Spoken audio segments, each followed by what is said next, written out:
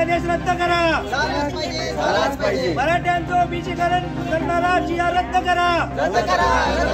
जय OBC, जय संविधान, जय OBC, जय संविधान।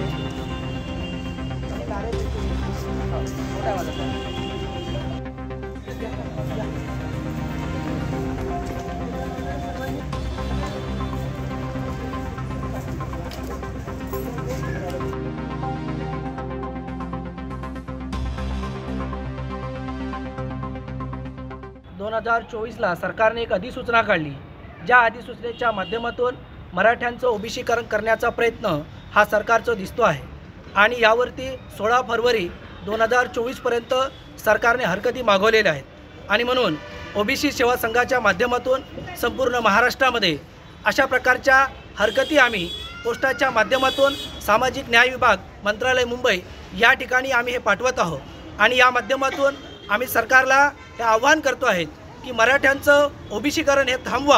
हे आमच्या ओबीसीवर अन्याय करणार आहेत।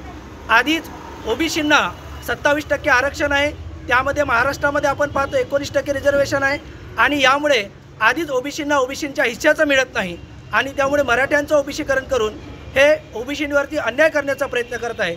त्यामुळे आम्ही सरकारच्या या GRचा निषेध करतो आहे, विरोध करतो आहे।